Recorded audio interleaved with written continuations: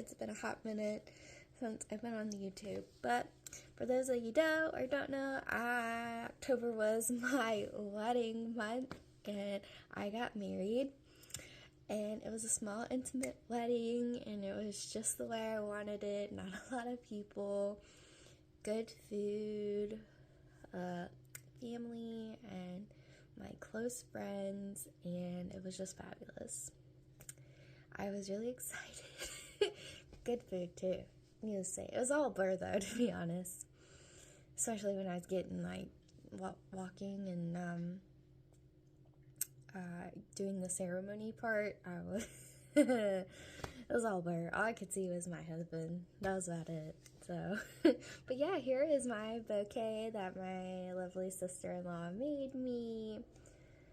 And I have a little bow, but in there, I wasn't originally gonna do like the something old, something new, something blue, and something borrowed, but my cousin and sister-in-law talked me into it. But in my bouquet, I had my Nana, so that was kind of lovely to have her with me. Rest her soul. But yeah.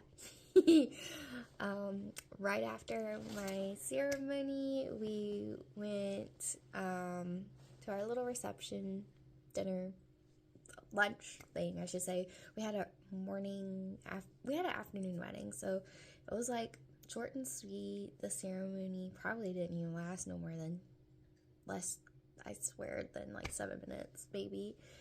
And we took like pictures. My uncle took the pictures, and my cousin did like a little video, which I'm still waiting on that video, but it's all good.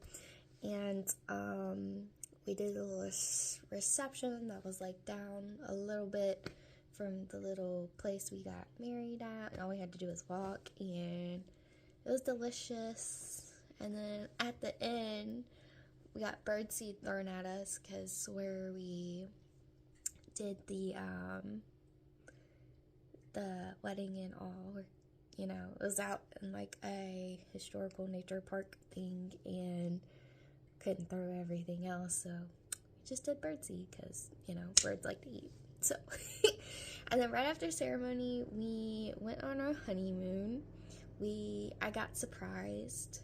I didn't know where I was going. I just knew it was someplace warm.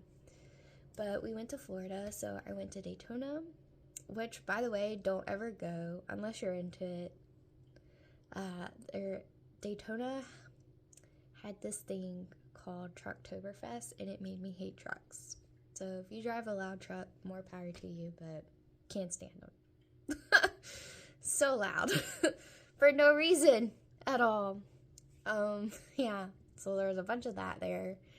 I think we stayed there for like 2 days, and then we went to SeaWorld, which might be an opinion, which it is, but I personally rather go to SeaWorld than Disneyland. And I've never been to Disneyland, but I'm glad he picked SeaWorld for me, because I got to touch a dolphin, which was pretty exciting, and they feel very, not rubbery, but kind of rubbery. It's just a weird feeling. Kind of reminds me of a tire. I don't know why, but that's what it kind of reminds me of. But it's not as soft as you think, but it was pretty cool. And then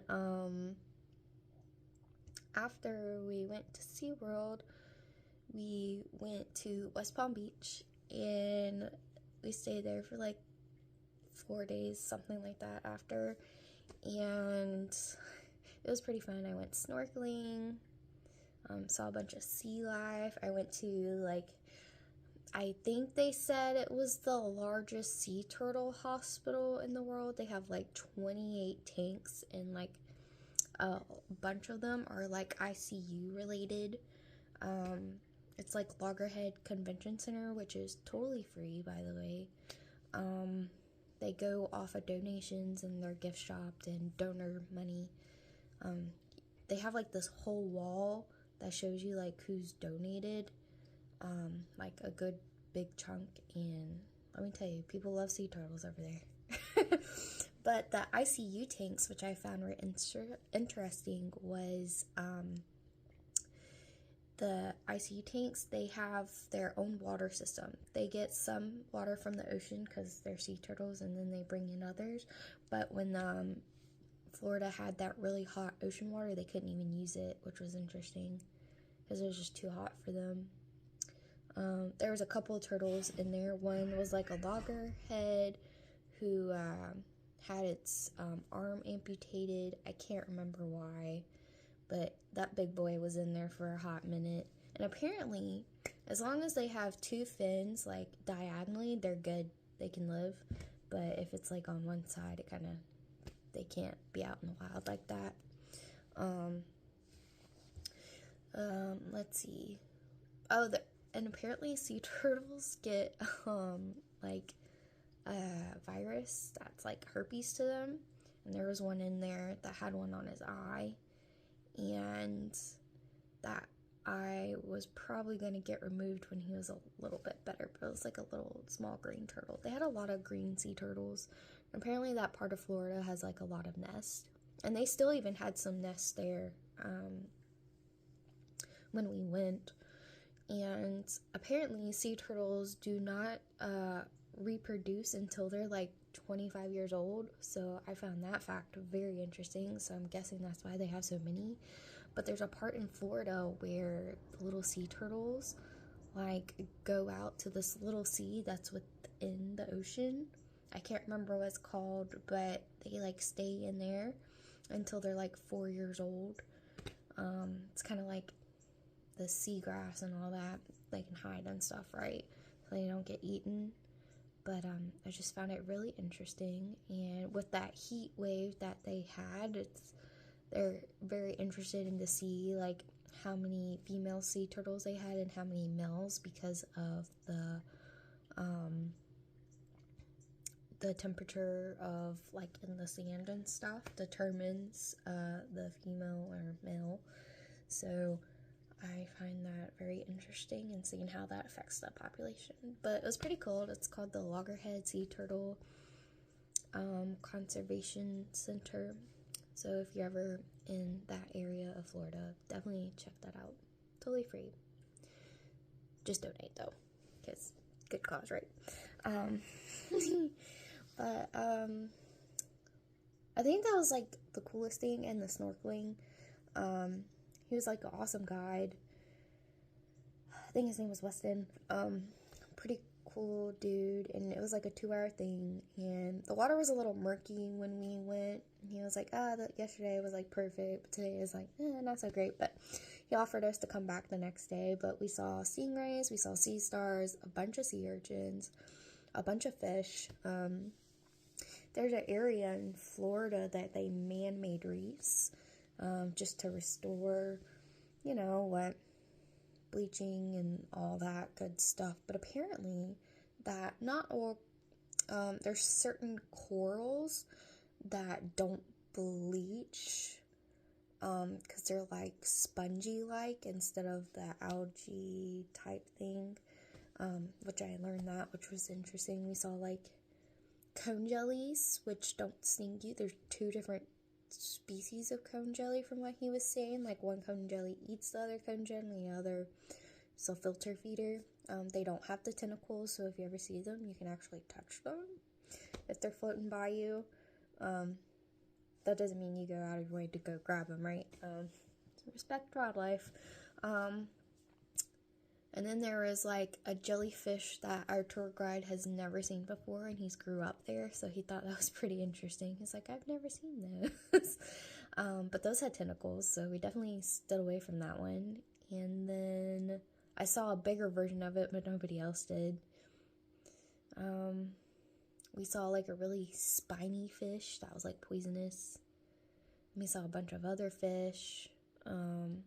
Saw some little strawberry hermit crabs, which were cute, and some puffer fish, and which I always find adorable. Then we found like little sturgeon with the little horns. Those are cute. Apparently they're like really shy, so they like float away. They were so cute though. What else? We saw like a boat that had like been wrecked there, so it was like there in the middle of the where we were at. So that was kind of cool. I will say snorkeling is harder than it looks, because I thought snorkeling would be kind of easy, but it's not. Like, and going, it wasn't so bad, but like going down and like trying to like look at things, like it made my ears were like, that ain't it. So always be prepared for that part.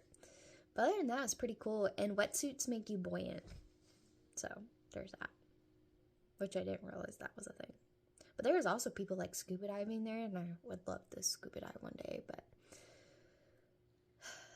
that'll be for another time, I guess. There's a bunch of things I want to do on my list. Like, I would love to go scuba diving or snorkeling in, like, the Great Barrier Reef.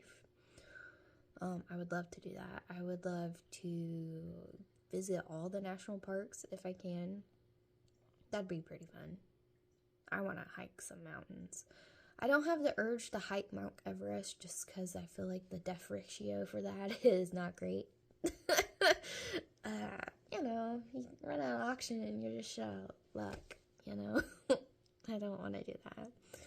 I want to skydive one time. My mom skydived. I would love to do it. That'd be pretty fun. My husband's not too keen on jumping out of a perfectly good airplane, but, you know, teach their own. What else do I want to do? There's a lot of things, like, oh, speaking of which, I would love to be a mom one day.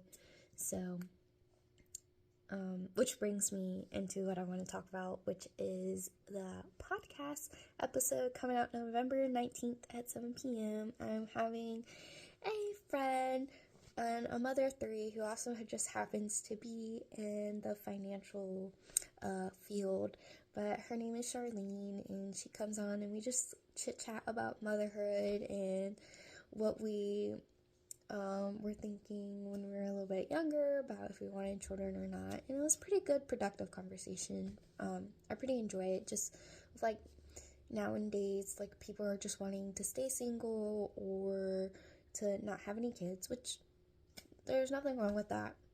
But it was just really interesting to hear something positive about having kids. So if y'all are interested in that, check that out. She also goes into like a little bit of financial mindset as well, which I find truly fascinating. Pretty excited for that. But again, November 19th at 7 p.m. It'll be available on the YouTube and Spotify. So, yeah. Yeah. So that's been my whole month of October, and my best friend came in from Korea because she's PCS into Germany, so I've been hanging out with her when I can, but I'm also working my part-time job as well. Holidays are coming up, so gotta be grind to do credit cards, get them down, and get gifts, I guess. Which, speaking of gifts, I feel like Christmas time, like, I feel like they keep putting it out earlier and earlier now. Like, I swear, last year they put it, like, at the beginning of November. But now they put the stuff out before even Halloween. And I'm like, can I just get through this one holiday? But then I'm, like, kind of getting into the spirit a little bit. In Florida, I got a Christmas ornament, because I was like, oh, that'd be a good to remember our trip, because I don't want to buy a bunch of things, you know, souvenirs and stuff like that. I'm not really into that. Like, I'll buy a magnet or something from my mom, but for me, I'd rather have the experiences. But for this trip, I really wanted to have something to remember by, so I bought this cute little manatee ornament, which I'm gonna go get and show you all. Which, here it is. It is so cute. I got this at one of the state parks in Florida. I think it's the MacArthur State Park, which I never heard of it, but it has a cool long bridge that you walk over and you go to the beach area. You can kayak there. I think maybe paddleboard. I don't know. But it was a little windy when we went to the beach that day, so. But the water is blue. The water is like a nice blue. It's like when you're so used to like seeing like ocean water not be a certain color, and you're just like murky and stuff, and you can't, it's not really clear. Yeah, it was a wonderful experience, I must say, and I was sad when I had to come back to home reality. Yeah, it was a great honeymoon. I couldn't have asked for anything more. Like, it was just beautiful, and I'm just happy for this next chapter in my life. But yeah, back to the Christmas thing. I think for Christmas, I would like to do just different ornaments through my lifetime, like as I get older. So that's what I'm gonna start doing. And with Christmas gifts and stuff, I think I'm getting to a point where I just don't want a lot, if that makes sense. I mean, there's some things I would always like to have, like a new book or something that I find, but other than that, I'm just like, I'm trying not to be materialistic as much. Like, I'm trying to do more experiences than anything. Petunia's trying to go into a bag over here, but you know. Well, anyway, thank you for sitting for this little chat. I will say, I'm gonna start a little gratitude series.